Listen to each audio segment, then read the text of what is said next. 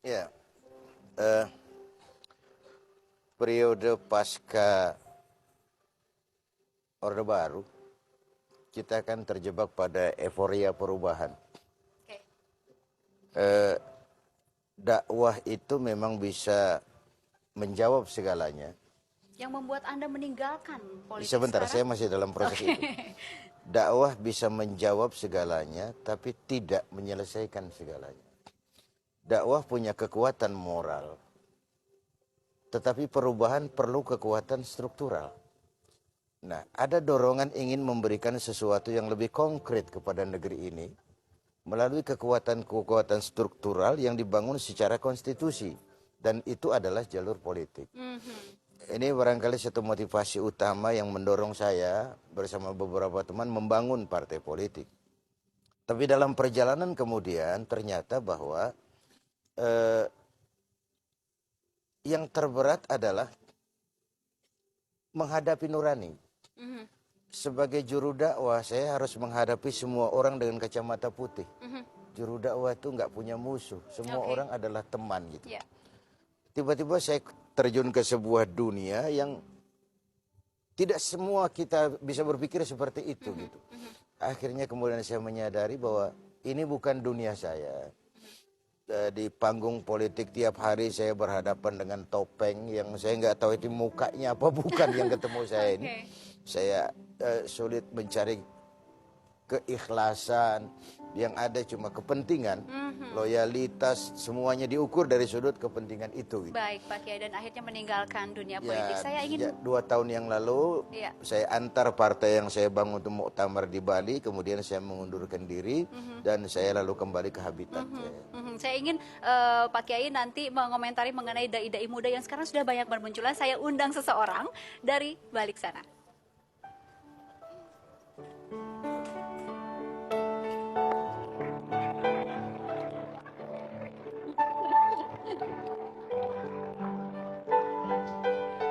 Assalamualaikum Ustadz. Salam. Saya memanggil Anda Uje, Ustadz. Ya Allah. Sehat. Allahumma sholli. Aduh ya Allah, ini orang tua gimana sehat? Aduh, yang muda Bang Uje, saya langsung aja bertanya ke Bang Uje, idola Anda, Pak Ya. Kiai? Pasti. Apa Beliau- yang membuat Anda? Beliau inspirator saya. Karena yang muda ini nggak punya bahan apa-apa. Jadi kita mengambil bahan dari yang tua-tua. Yang tua-tua dalam arti Senior. ilmu ya, ilmu, pengalaman, kedekatan kepada Allah. Kemudian yang muda ini mengumpulkan bahan itu menjadi satu, dijahitlah baju yang baru. Saya pernah waktu itu undang beliau datang ke tempat saya di Pangeran Jayakarta di Budi Rahayu dengan kondisi yang hujan dan banjir. Beliau datang. Berapa Itu sesuatu ingat yang kurang lebih ada 5-6 tahun yang lalu kalau nggak salah. Saya masih keliling musola gitu. Dan itu yang menjadi apa ya, semangat. 5-6 tahun yang lalu masih keliling musola, kemudian Iya. sekarang sudah keliling ke Musola juga sama. musola juga. apa yang diterapkan dan Anda ambil dari seorang Kiai Haji Zainuddin MZ? Banyak sekali maaf penceramah yang bicara sendiri. Tapi kalau beliau kan tidak, komunikatif. Gitu kan, tahu dengan siapa beliau bicara gitu. Dan harus apa dan harus bagaimana. Jadi beliau termasuk salah satu guru yang saya banggakan. Meskipun secara tidak langsung saya tidak pernah belajar, tapi lewat media.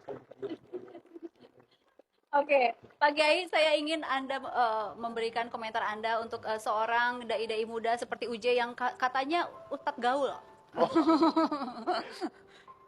Iya, saya yang termasuk yang percaya bahwa tiap zaman akan melahirkan anak-anaknya sendiri yang dia akan harus mampu menjawab tantangan zamannya. Saya bersyukur, saya bangga dan saya terharu dengan kemunculan Uje, Yusuf Mansur dan adik-adik kita yang lain. Karena memang seharusnya itu jangan patah tumbuh hilang berganti karena telat. Belum patah mestinya sudah harus berganti. Gitu. Apalagi tantangan dakwah ke depan ini semakin banyak dan variabel. Karena dakwah Islam itu kan memberikan jawaban Islam terhadap masalah-masalah kehidupan. Jadi dia survival. Karena itu seorang juru dakwah ke depan harus, tapi polanya intinya begini. Kalau sampaikan dari aku walaupun sekedar satu ayat, itu kan amatir. Tiap orang bisa dan boleh. Namun ketika Quran memberikan isyarat hendaknya ada di antara kamu sekelompok orang yang berseru kepada kebajikan, mencegah yang munkar, menegakkan yang ma'ruf. Itu isyarat Quran kepada profesionalisme dakwah. Gitu. Nah, kalau dakwah dikerjakan secara profesional dalam tanda kutip, nah kita harapkan itu yang bisa membangun masyarakat bangsa kita. Oke, ini saya ingin ke Mas Kiwil. Dai, yang itu dai KW1 juga lah, boleh disebut seperti itu. Ini dai. Ya ini juga dai. Daah. Tidak. Bang Mali, mau ikut dakwah juga? Kalau saya ikut dakwah, kasihan seni saya nanti. Sebab ini biang-biang dakwah sudah ada. Jadi di situ sudah diatur, rezeki masing-masing ada rezekinya. Ini khusus dakwah, karena perjuangannya dakwah. Saya seni, perjuangannya seni. Oke. Kalau Bang Kiwil mau Bingung ngomongnya. Insya Allah belok- belok ke dakwah? belajar menjadi yang lebih baik lagi. Udah tua ketinggalan. Ngomong tua kenceng banget. Ada ingin berdakwah nggak? Seperti Ya, seperti Uje disampaikan, misalnya. mungkin yang masih amatir-amatiran lah, ya walaupun sedikit masih amatir, tapi insya Allah untuk menjelang ke profesional kan bisa belajar dari Pak Kiai Iya. sendiri, Iya. dari Pak Uje sendiri, Friend. dari friend Friend. Uje, yo coy. Nih, Bang Uje. Terakhir nih, saya ingin Anda menggambarkan seorang Kiai Haji Zaiduddin MZ dalam sebuah kalimat. Ini terakhir, silakan. Ya, bagi saya beliau tidak pernah hilang dari kancah dakwah. Meskipun sebagian orang mengatakan setelah beliau terjun ke politik maka habislah beliau, siapa bilang? Tidak. Apakah A'agim setelah kasus poligaminya? Bagi saya tidak. Karena mereka tidak boleh hilang. Mereka adalah inspirasi kami yang muda-muda. Dari sanalah kami lahir. Dan dari merekalah kami belajar. Dan dari keikhlasan, ketulusan, dan lapang dada serta doa mereka, kami seperti ini. Oke. Nah, baik. Sampai di sini 1 jam lebih dekat bersama Kiai Haji Zaiduddin MZ. Kita jumpa lagi pekan depan. Tetapi sebagai penutup, boleh saya minta Kiai Anda memberikan dakwah singkat 1 menit, 2 menit kepada yang sedang menyaksikan terkait kondisi Indonesia saat ini. Silakan Kiai.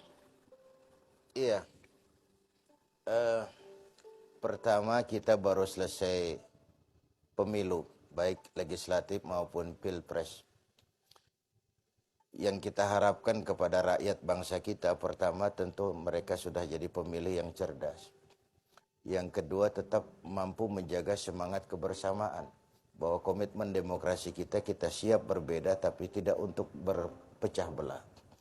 Kemudian yang kedua, buat yang terpilih, sudah waktunya memenuhi janji-janji kampanye, memenuhi amanat dan harapan umat.